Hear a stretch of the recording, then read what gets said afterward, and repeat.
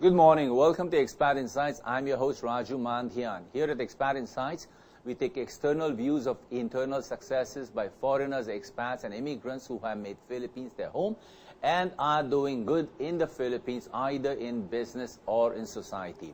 This Friday morning on Expat Insights, we are not going to talk about business or philanthropy. We are going to talk about a giant of a human being who has had a major impact on global politics, on the politics of Africa, and he is becoming quite aged, and he wasn't very well last week. So we decided to have a little discussion about a gentleman, a giant of a gentleman, a leader of the world, Mr. Nelson Mandela, and our guest who is here to discuss, not really discuss, but to get a few insights on this man is the ambassador of South Africa, Madam Agnes Nyamande. And she is here to share her perceptives, her views of Nelson Mandela. So stay in touch, and I hope you could watch this and also call in, but you can't, unfortunately. So you can send in a note on Facebook or LinkedIn or connect with the South African Embassy if you have something to say later. So, Madam, Your Excellency, Madam Ambassador, welcome to Expat Insights. Thank you. Thank you very much for the invitation to come here and discuss. It's a pleasure. You have been on this show before. Yes, I have. How are you, ma'am? I'm doing good in the Philippines, I think. You like it here? Yes. I even like the heat. You like the heat, yeah? Yes. You've been here how many years now? 3 years. I'm going to be 3 years exactly on the 2nd of July. And then how many more years do you... 1 more year to go. That's it. It's a countdown year. Oh. Yes. Usually it's a 4-year term for all diplomats. Not necessarily. Others take 3 years. Yeah. But South Africans, we take 4 years. It's a 4-year term. Where will you go after this? No idea where I'll go after this. Yeah. And then how, any highlights of these 3 years for you? The highlights of these 3 years, there are so many, and I'm not even sure which one to pick. Yeah. But it's you know, the food and wine celebrations. Yeah. It's the student interaction. Yes. It's everything across the board. It's going out into the parts of the Philippines where you see what culture they have, what they do, like in Iloilo. Yeah. It's going to the Palawans of this world. And then a few months later, we are all in the 7 wonders of nature. Yeah. Because if you remember, Table Mountain is also so is Palawan Underground River. Yeah. Yes. So there's so many highlights. It's difficult to pick one. Yeah. How about any human experience, any human interaction, an incident that you will remember for a long time from the Philippines? Gosh, every interaction I have in the Philippines is highly 90% likely to be memorable. It'll be imprinted on your memory. Absolutely. But one that will be imprinted really was my Iloilo visit. What happened there? Where I was visiting school children. Yeah. Most of them orphans, those that don't have much resources. Yeah. And to see in the midst of all this calamity of rains and their school being in underwater. Yeah. They had such humor. I can never ever forget that. Yeah. I said, if only people had such humor, certain difficult situations could be handled better. Yeah. But kids are kids. They have a way of flipping everything. Yeah. I think that is a virtue of the Filipino culture. I must admit, I mean, I've been here 32 years, so I've become literally a Filipino, but yet I cannot cease to be amazed when during hardships, during calamities, whether they be driven by nature or circumstantial, they come out as if like, all right, it happened, now we'll move on and we'll laugh about it. Absolutely. We'll take a few pictures. Yes. We'll take a few pictures and move on. Yeah. They are not moaners, really. Yeah.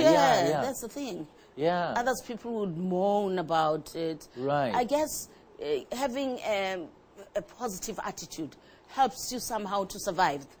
Anthropologically, why would Filipinos not mourn? Because somebody once told me, I was talking about some emotional intelligence, and I was talking about how people behave during sad moments, and they said Filipinos, even in grief, have this happy attitude, and it doesn't mean that they don't miss the people who have departed. It's just that they don't make a huge drama of having lost a human being. Why would you suppose that is in their culture?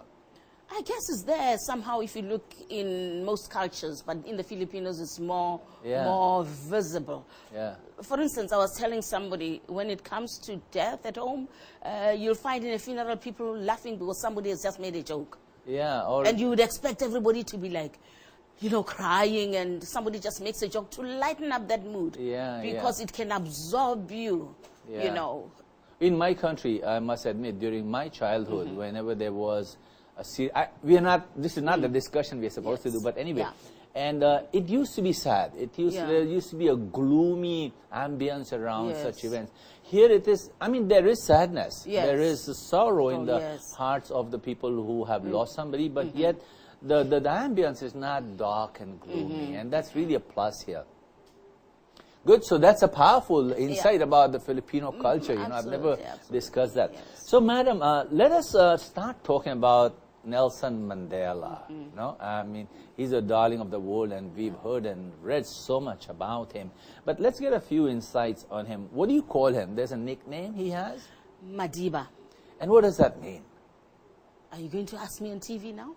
I don't know. I don't know if you know it, if you want to tell me. That's his clan name. That's what they call him, really. Madiba. Madiba, yes. And but also, otherwise, others call him Nelson Mandela. Oh, okay, we'll stay with Nelson Mandela. You see, Nelson would be for people who are more up close and personal to him. Not necessarily those. Like you say, you now want to change to Nelson because I guess Madiba is difficult for you to pronounce. Oh, because of that. I'm just assuming. Okay, I don't know. Madiba's okay. I can pronounce Madiba. Yes. Hey, could you run those pictures a bit slowly? You know, not so fast. Yeah. So tell me now, your memory of him during your growing years. Yes. What was Nelson Mandela to you when you were in a high school student? Oh, he was a symbol of hope. Yeah. I think it's hope mainly. Yeah. Because we knew out there was somebody whose cause was to liberate South Africa. Right. And that's what formed the basis of also the liberation movement, because himself and together with Oliver Tambo and others, when he went to jail, Oliver Tambo then took the ANC outside in terms of exile to mobilize the international community for our cause. So when you think Nelson Mandela, when you think O.R. Tambo, you think hope, liberation, freedom. Yeah. So when we grew up, it was that hope. You would, when things were tough, when we were still, you know, very active in the struggle, you would sing songs that indicate that we want him to lead us, even if he was incarcerated. Right. And so he had created that massive emotional connection already. Mobilization, yes. This was how many years ago, and what was the state of the country at that time? Oh, deep under apartheid. Yeah. Before and during the student uprising. Yeah. You know, throughout the whole process. Yeah. He was the hope. And outside, you know, the ANC was led by Oliver Tambo. Yeah. Oliver Tambo used Nelson Mandela as an example of how brutal the system can be. You know, we mobilized the anti-apartheid movements, and he was at the center of our speeches in terms of examples of what the system can do. What about him at that time made him the pivot, the symbol of such a dramatic revolution? That what about his character? What about his past? Or what about his personality made him that? I guess in life there are people who cannot stand injustice and are prepared to go a step further in correcting. There are people who will see injustice and look the other way. Right. So I believe he was one of those who saw the injustice and decided that he is going to do his best, even laying down his life to make sure that the people of South Africa live in harmony. Right, right. So I think those are differences, eh? Some are leaders. Yeah. Some are onlookers, but he was a leader. So he took action, he stood up, he spoke up. Absolutely. What was the first ever thing that he did and that brought him into the limelight or made him the symbol? What was the first ever thing? You know about the Rivonia trial? I don't know, madam. I'm sorry. Okay. Yeah. Now you will Google Rivonia trial. Okay. Him together with other ANC leaders then. Yeah. You know, were accused of having being involved in activities to overthrow the then apartheid government. Okay. There was a huge trial called the Rivonia trial, and that's how he ended up in jail together with others. Yeah. That would form the basis of relating with the international world to say here we are. These are people who are trying to make sure South Africa becomes democratic, as respects the human rights, you know, want peace, yet they end up being incarcerated. So that was the first. And what year was this, madam? Rivonia trial? In the first, you're putting me on the spot now. Well, approximately. You know, I mean, you don't have, you're not the encyclopedia, but you are one of. So 50s. Well, all right, let's skip the date. Let's go backwards. Okay. In 1990, yeah. he had spent 27 years. Right. So that would be 1963. That's easy. I'm good in at the math. 60s, yes. Yeah. Okay. We do them work back. All right. Okay. Yes. Okay. Okay. And post that, so he spent nearly what 30 years in jail. We talk about 27, really. Yeah. So he was yes. in and out twice. More than twice. Not in and out. He was in Robben Island. True. Hard labor. There was nothing like he'll go out for a year and then go back again. It was hard labor in Robben Island. Wow, wow. And from inside this Robben Island, how did he influence? What was his means of communication with the rest of the world? People used to visit him. Yeah. And people have stories about how they used to get messages to him, get messages out from him. Yeah. So those are historic, revelations about what happened. People were allowed to go to visit him, but not as frequent as one would have expected. So did he write from there, or did he tape something? Because today, in today's world, you can reach out to people from many different formats, different media, no? But yes, in those days, yes. yeah? I don't think that was the years of Facebook and stuff. No, of course. What I'm saying is, did he write a white paper or a newspaper report, or was he interviewed on... No. Yeah. I don't think journalists were allowed either to go and take... it would actually not serve the purpose of government to allow the journalists to go and interview him and write reports about, this is what Mandela is saying. There was no opportunity for that dialogue. Yeah. So whatever information or whatever influence that seeped out of Robben Island was through word of mouth. There was no... Yes, mostly, Mostly through team members of the party that he was. Okay, ma'am, let's take a quick break, and then we'll come and talk about the present moment with Nelson Mandela. So let's take the break, and we'll come back and talk to Ambassador Agnes Nyamande, and we are talking about Nelson Mandela. I'm your host, Nyamande, and stay watching.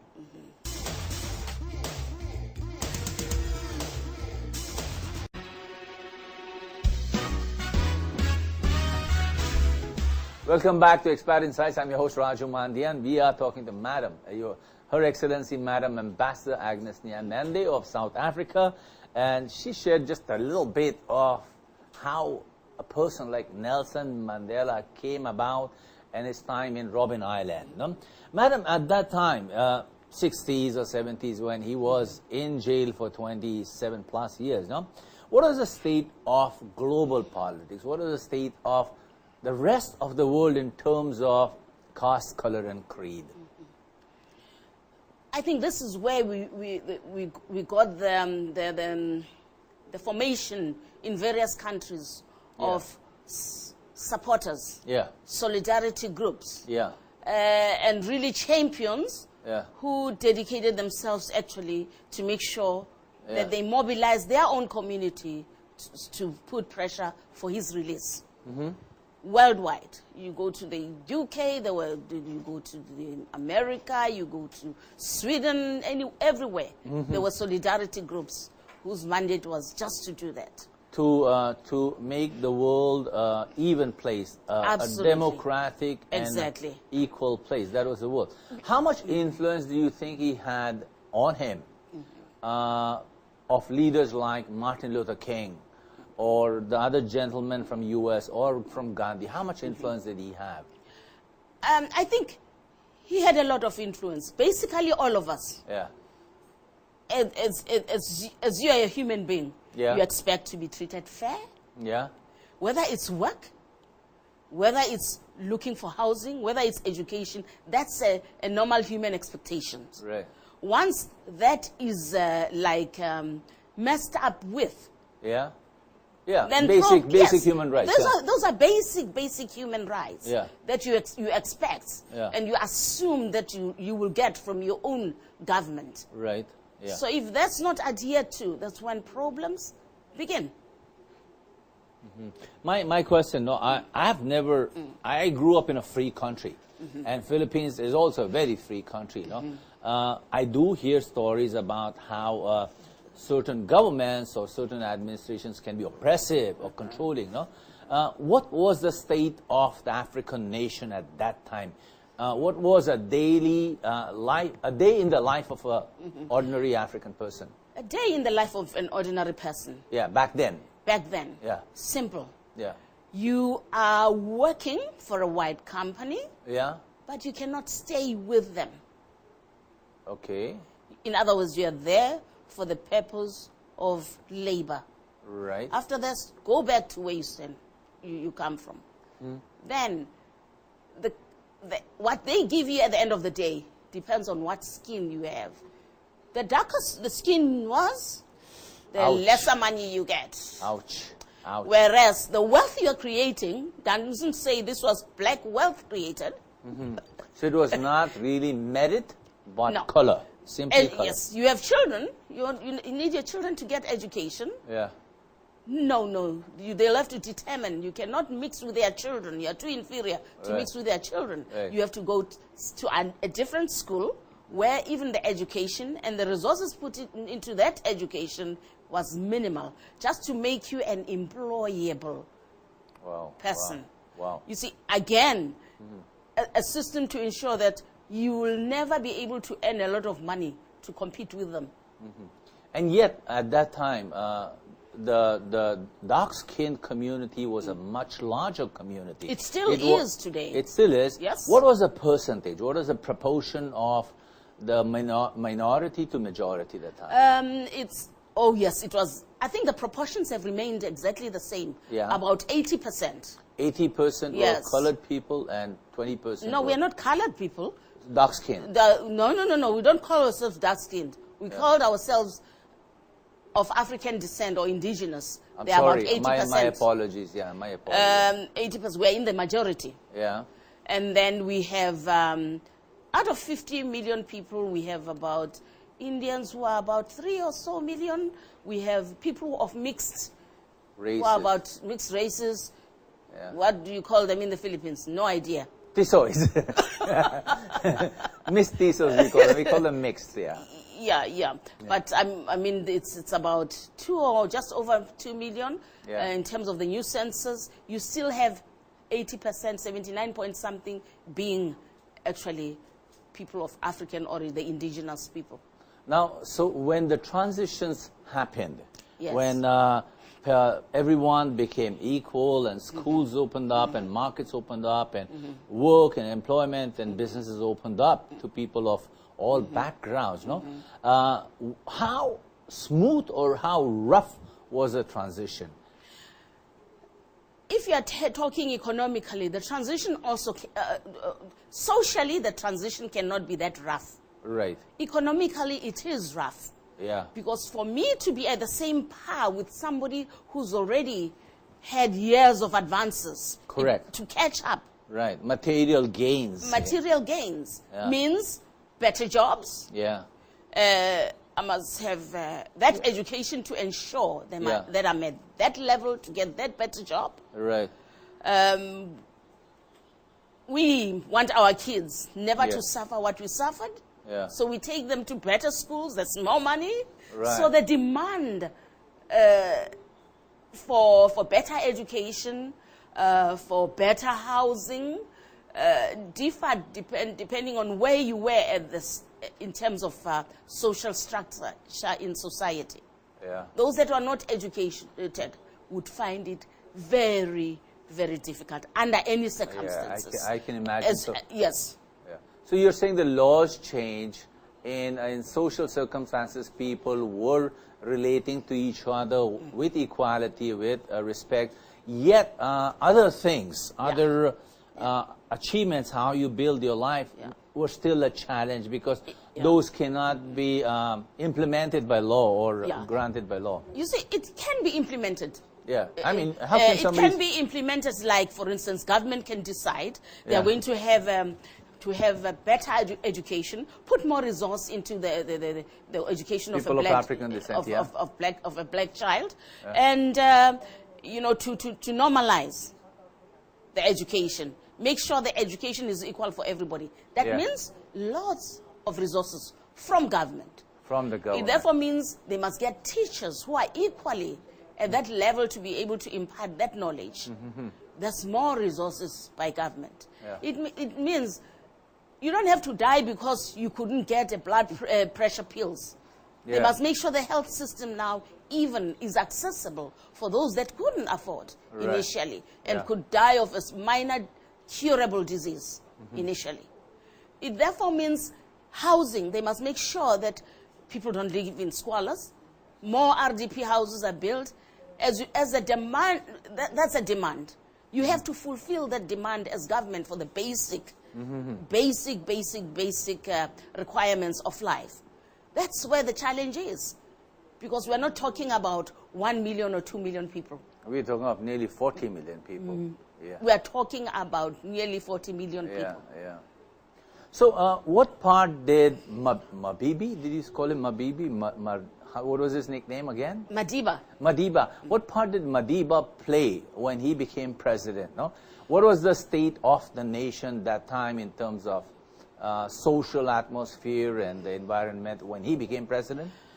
I always say we were fortunate in the sense that whatever happened in South Africa was the majority of the people who were erred were black people. Because we have got this trait in us of forgiving. Right. Yeah. I remember hearing about the other nation, Rwanda. There was a story here about this Rwandan family that suffered a lot. And there was this play that was showed here about how they had this huge capacity to forgive their oppressors. It was a great story, and it came from Africa, of course. Yeah. We have got a way of really forgetting and also forgiving. Right. But we're saying we must not forget, because we'll forget to even do the things that we're supposed to do to normalize the situation, and we'll get another kind of, uprising, because people will say, look, this is what was promised to us. That's why government is so active in ensuring that there's a national development plan to advance the very same causes that we were complaining about: housing, schooling, jobs, all those things, to make sure it happens.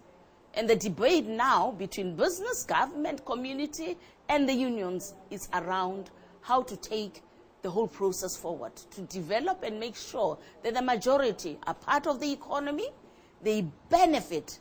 You can be part of the economy but not benefiting. How do they benefit so that they can improve their lives? There must be a difference in their lives compared to maybe the 70s and the 80s. Right. That is pre the elections and post-election period.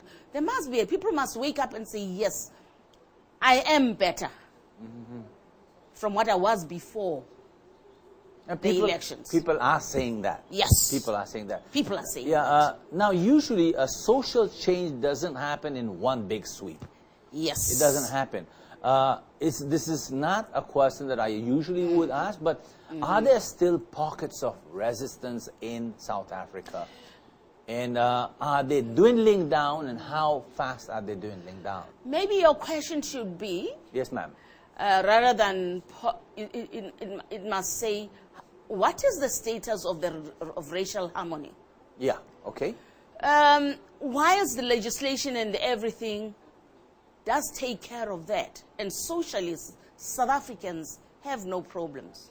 Yeah. But you must know that there are certain human issues that cannot be legislated. For example? For example, if you decide as an individual Yeah. that you are going to now have racist tendencies, Right. it cannot be legislated. It's a human, it's what you learned.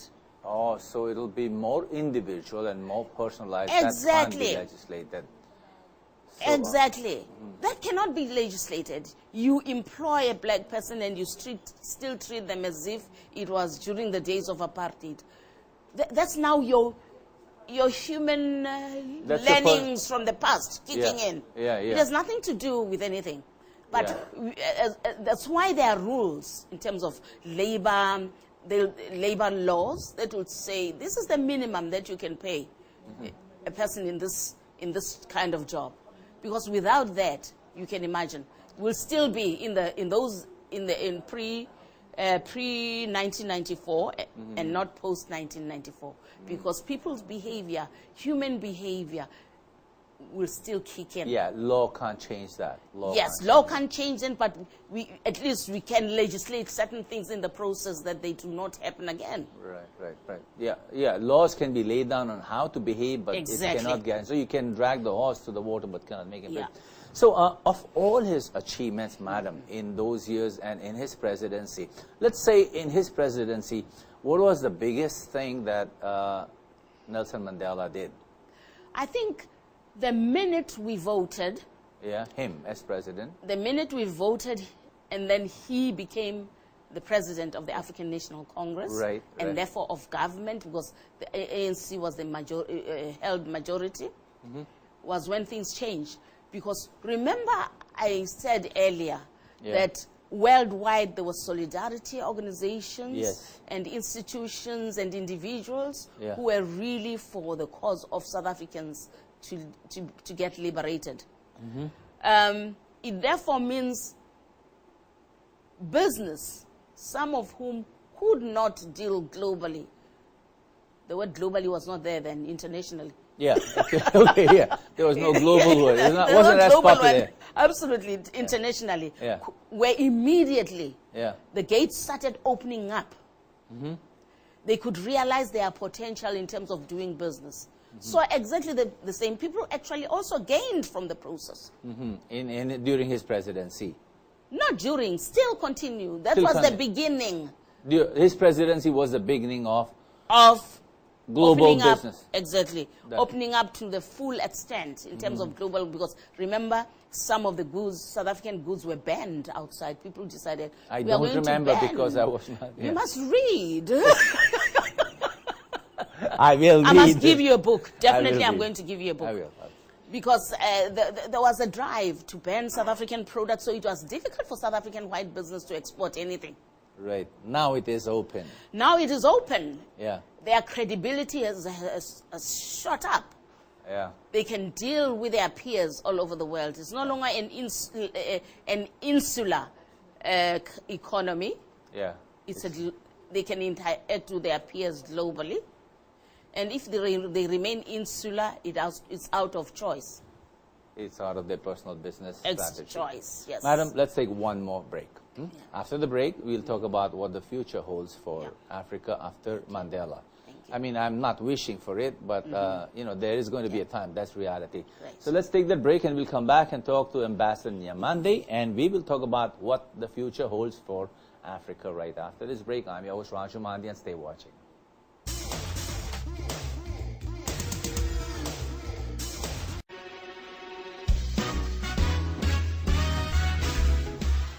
Good morning. Welcome back to Expert Insights. I'm your host, Nyamande, and we are talking to Ambassador Nyamande of South Africa, and we are talking about Sir Nelson Mandela, and we are going to talk about what the future holds for South Africa. So, Madam Nyamande, so when he moves on in life, he is going to move on someday, no? Eventually. We all will. So what will happen? And I'm sure he'll leave a huge vacuum, no? Yes. How will that look like to you and to most South Africans? I think we will mourn the loss of our hero, because he's a hero, not just for South Africans, but globally. Yes, of course he is, yeah. Yes. Yeah. And the whole thing is we will try and remember what he stood for. Yeah. And there's a saying in the African, or during our struggles, what we used to say is that when a soldier dies, yes, somebody must pick up that spear and move on. Right. Things will not stop because he has passed away, but we will remember his teaching, his legacy, and move on to make the world, South Africa, and the world a better place. You know, we discuss leadership in many of the events and facilitations that we do, and usually we talk about who is a good leader or who is an ideal leader, and more often than not, globally and across different levels of executives and business people, most often than not, they pick Nelson Mandela. Not just for being a visionary, but not also being a great communicator, but also somebody who had so much congruence. That means whatever he said, he lived that kind of a life. And it's hard to pick any leader today, or even others had some flaws, but Nelson Mandela seems to have the least flaws of a leader. No? Is that also true for... from your perspective, madam? Yes, it is. He was a man of integrity. Yeah. You see, many people, we can say what we want to say, but don't actually live it. Live it. Yeah, yeah. He lived it. Yeah. Which is a plus and incredible.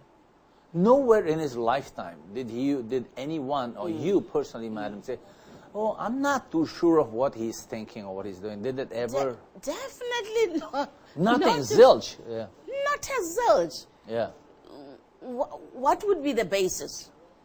I don't know. Because I wouldn't know, that wouldn't change. If one was to say, "No, I'm not sure," it means maybe you have an alternative of how you must be liberated. Because the whole point was about civil liberty. So, in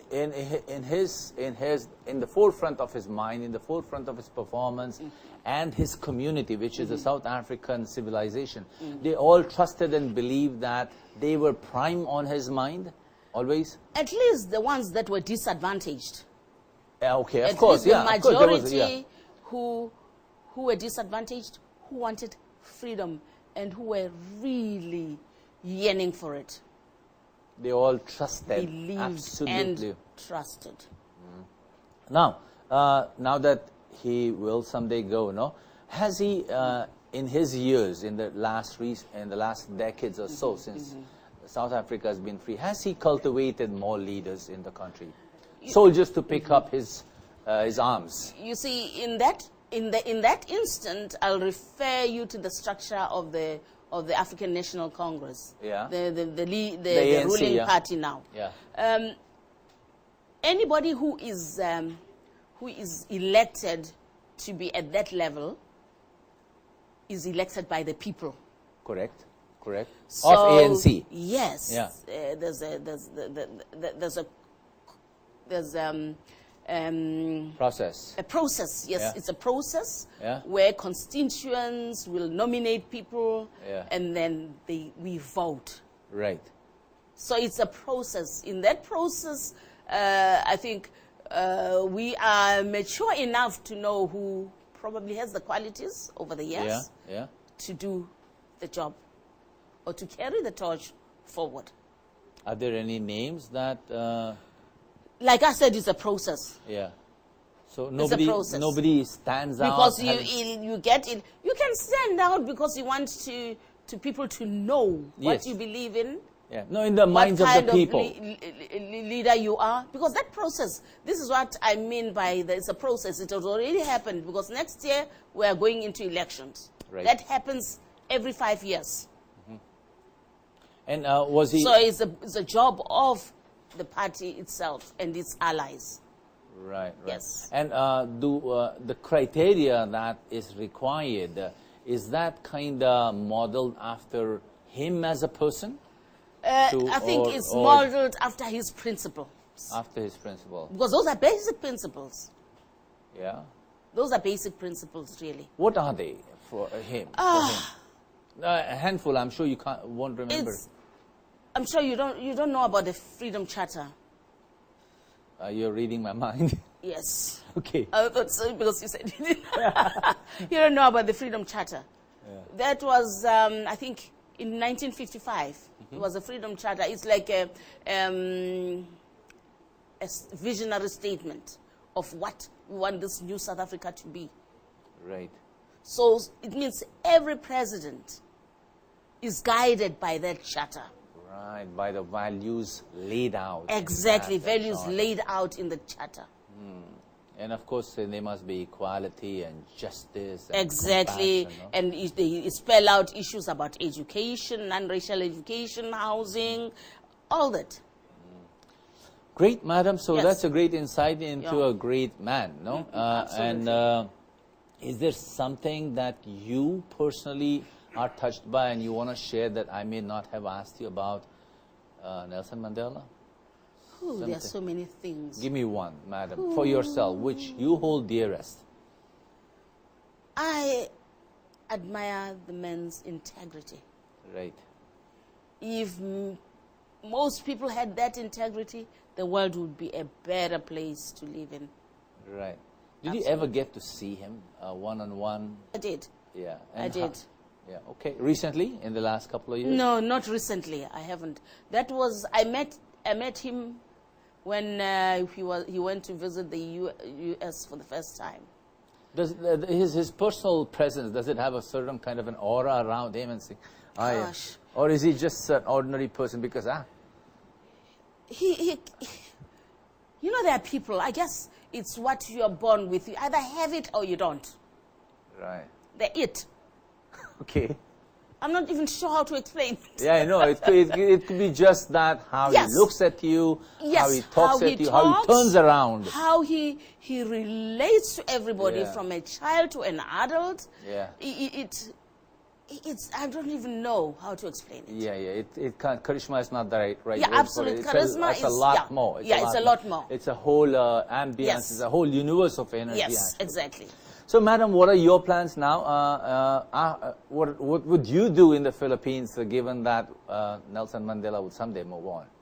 Oh no! Every year on the 18th of July, that's his birthday, and Which is next month. he's 94 now. He's going to be 95. Right. We already have activities lined up with GMA in terms of celebrating Actually, we celebrate the values, and we have projects. Every year they've got a theme of what they want. The Nelson Mandela Freedom, children's organization, what they do. They sometimes focus on housing. Last year they focused on housing. This year they are actually focusing on the issue of children. And any idea on where the venue is this? I think it will be at the studio. At the studio. At GMS Studio? Yes. Any other event? And then we'll also have children. What he loved most was kids. the future. We call them the future. Oh, Because that's kids are the future. You don't take care of them, as a nation, you're doomed. Yeah, I think most leaders recognize that power. Yes. Recognize that power. Yes. All right, madam, thank you very much for being on Expat Insights. Thank you. And I've had these wonderful, insightful moments about a great person. It's been a great day for me. Yeah. And I thank you for coming and sharing these insights about him with us. And good luck to your country. Good luck on your journey in this country and the rest of the world, of course. No? Oh, thank you very much. And you can please come back anytime if you ever want to share something about Yes. Nelson Mandela or anything for the South African Will community. do. Yeah. with support from people like you, you can't go wrong. And I do need that book so I can catch Yeah, up with the I Freedom will. Charter. It was not just a threat. I'm really going to carry on that. Okay, thank you very much for Yes, being exciting. absolutely. Thank you. I would like, this is a poem that was made famous by him. No? I'm sure you need know this. If you want to read this, or I can read this on behalf of Mr. Yes, Nelson. you go ahead. I think you think I should. You do the honors. So shall we put that on? Yes. Here it is. This is a poem that was made famous by Nelson Mandela, and it has inspired a lot of people across the world. Many people thought he wrote it. He did not. It was written by a lady called Marianne Williamson, and I'm going to read it as a homage to Nelson Mandela. Here we go. Ready? Our deepest fear is not that we are inadequate. Our deepest fear is that we are powerful beyond measure. It is our light, not our darkness, that most frightens us. We ask ourselves, who am I to be brilliant, gorgeous, talented, and fabulous? Actually, who are you not to be? You are a child of God. Your playing small does not serve the world. There is nothing enlightened about shrinking so that other people won't feel insecure around you. We are all meant to shine as children do. We were born to make manifest the glory of God that is within us. It's not in just some of us, it's in everyone. And as we let our light shine, we unconsciously give other people permission to do the same. As we are liberated from our own fear, our presence automatically liberates others. Marianne Williamson, as quoted by Nelson Mandela once upon a time. So thank you very much for and we wish him good luck, we wish him Godspeed, and we also wish him good health. And thank you very much for being on Thank you. Expat Insights. Powerful quote. Salamat. Salamat. Yeah. Salamat. So on next week on Expat Insights, we'll have Gregory Forbes, and we will talk about win-win situations in life. And I'll see you next weekend. I'm your host, Raju Mandian, and see you next week. Have a happy weekend. Good night.